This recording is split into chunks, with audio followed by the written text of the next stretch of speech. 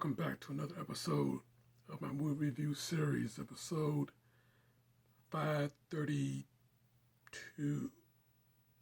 Yeah, 532. Now, last week I said I was going to be coming back into the shadows, back into the darkness, and here I am, man. Yeah,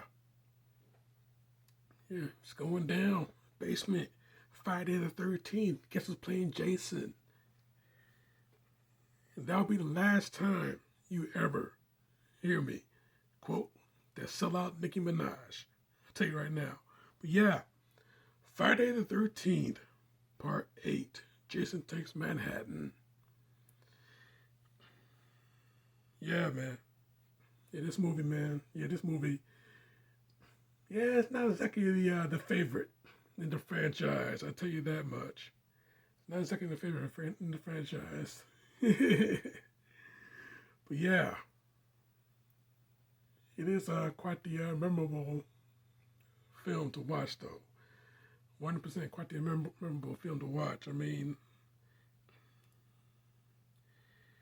yeah, this movie, this movie had Kelly Hu before we knew her as Kelly Hu. You know what I'm saying? I mean, yeah, this movie though, it's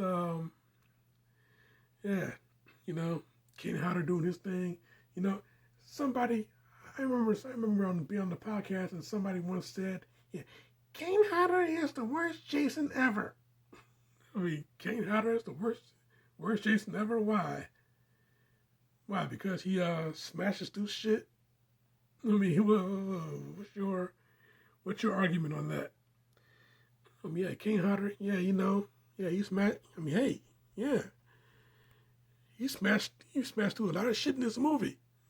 Smashing through doors. He did a lot of punching in this movie. Okay, I mean, yeah, come up to the mirror, punch the mirror. Dig into the sink to get that big piece of glass. The fire alarm. He punched the fire alarm to get it to work. He punched through doors. He punched through glass. Glass doors. Actually, he kicked through the glass door, but still,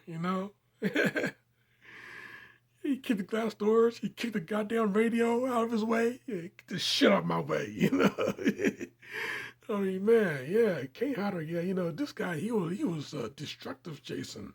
Yeah. So yeah, I tell you, man, you know, yeah, from that standpoint, Kane Hodder, yeah, this movie was it had some fun moments. That's all I want to say. It had some fun moments. And yeah, oh yeah, he punched dude's head off too. Yeah. Yeah, Julius's, the boxing scene, the rooftop boxing scene. Julius was trying to get away, next thing you know, yeah, he was at a dead end, and Jason was on the other side, so yeah, he put his deuce up, used the combos, keep the feet light. This is it. Yeah, so yeah, he actually threw some shots, some real shots, okay? Kane wearing that mask. The mask is the only thing that protected him. But he threw some real shots at Kane's face. That mask is protecting him. So yeah, when you hear him throw to the left, throw to the right, that was some actual punches. Okay? Throw some body shots. That was some actual punches. Okay? And my man wore himself out trying to beat Jason in this fight. So yeah. When Jason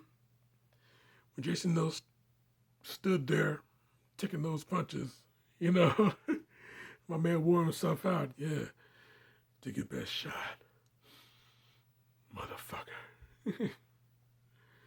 And Jason grabbed him by the collar, pulled back, launched the fist, boom, knocked his head right off.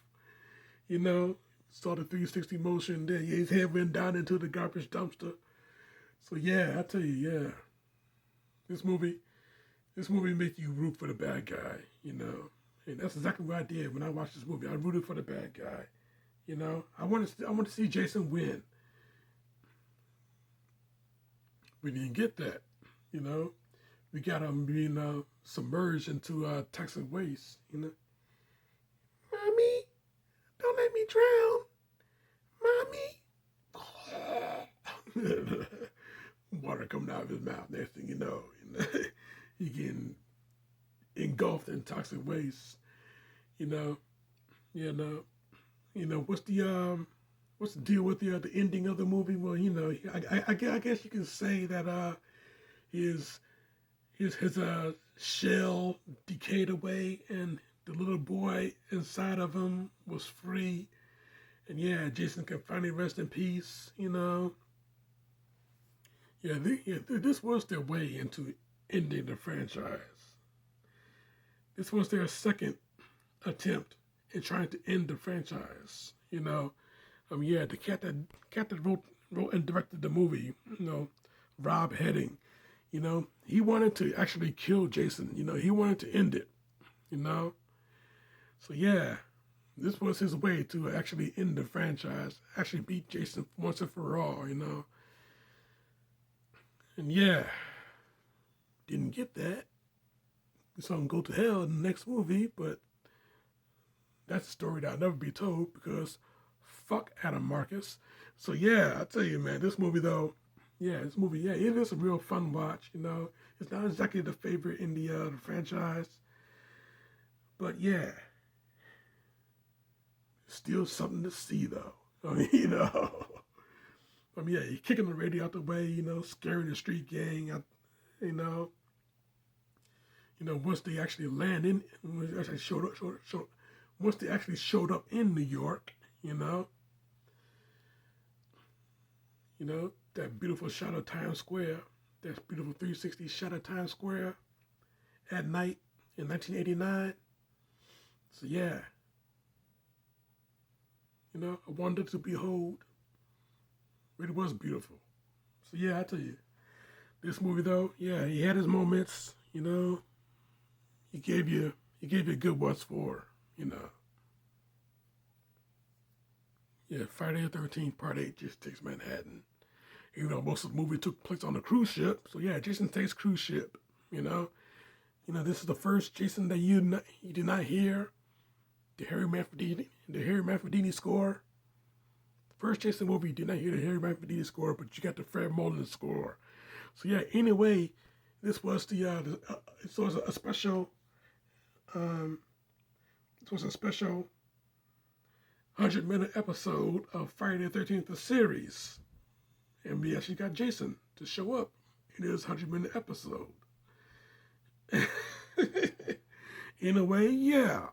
So yeah, I tell you, man, this movie though, yeah, it had its moments. It did deliver on that aspect. So yeah, not a favorite, but it had its moments. Kane Hodder, a mountain of destruction. Ken Kirchinger had a nice little cameo. Kane Hodder threw him against the glass, against the mirror. An actual throw too. I mean, that was no running start. Nah, he grabbed my man and he just launched his ass into that mirror. And Ken Kirchinger, the stunt man that he is, he took that full impact, a full blunt impact. Yeah, of course, Ken Kirchinger, he's also the gentleman that played Jason in Freddy vs. Jason. So yeah, we had Jason vs. Jason in this movie, and Jason won. The true Jason, Kane Hodder, man, the real one. Yeah, the laziest Jason ever. Whatever. But yeah, I tell you though, this movie though, yeah, it delivered. It didn't give you what you want, but it did deliver. Yeah, it's a good 4 out of 5. I'll give it a 4 out of 5. I mean, yeah, fight me on that. That's my review, Jack, and I'm sticking to it. Next week, I'm still going to be in the shadows. I'm still going to be right here in the shadows and darkness, because we're going into a wax museum, a wax museum that is seemingly alive. Every single exhibit that you get close to, you actually go inside. So yeah, you keep it locked right here for that. Check out this shit right here. Subscribe to me right. Yeah. In the meantime, in between time, Jack. Hopefully I get this thing fixed, and hope we can get this camera fixed.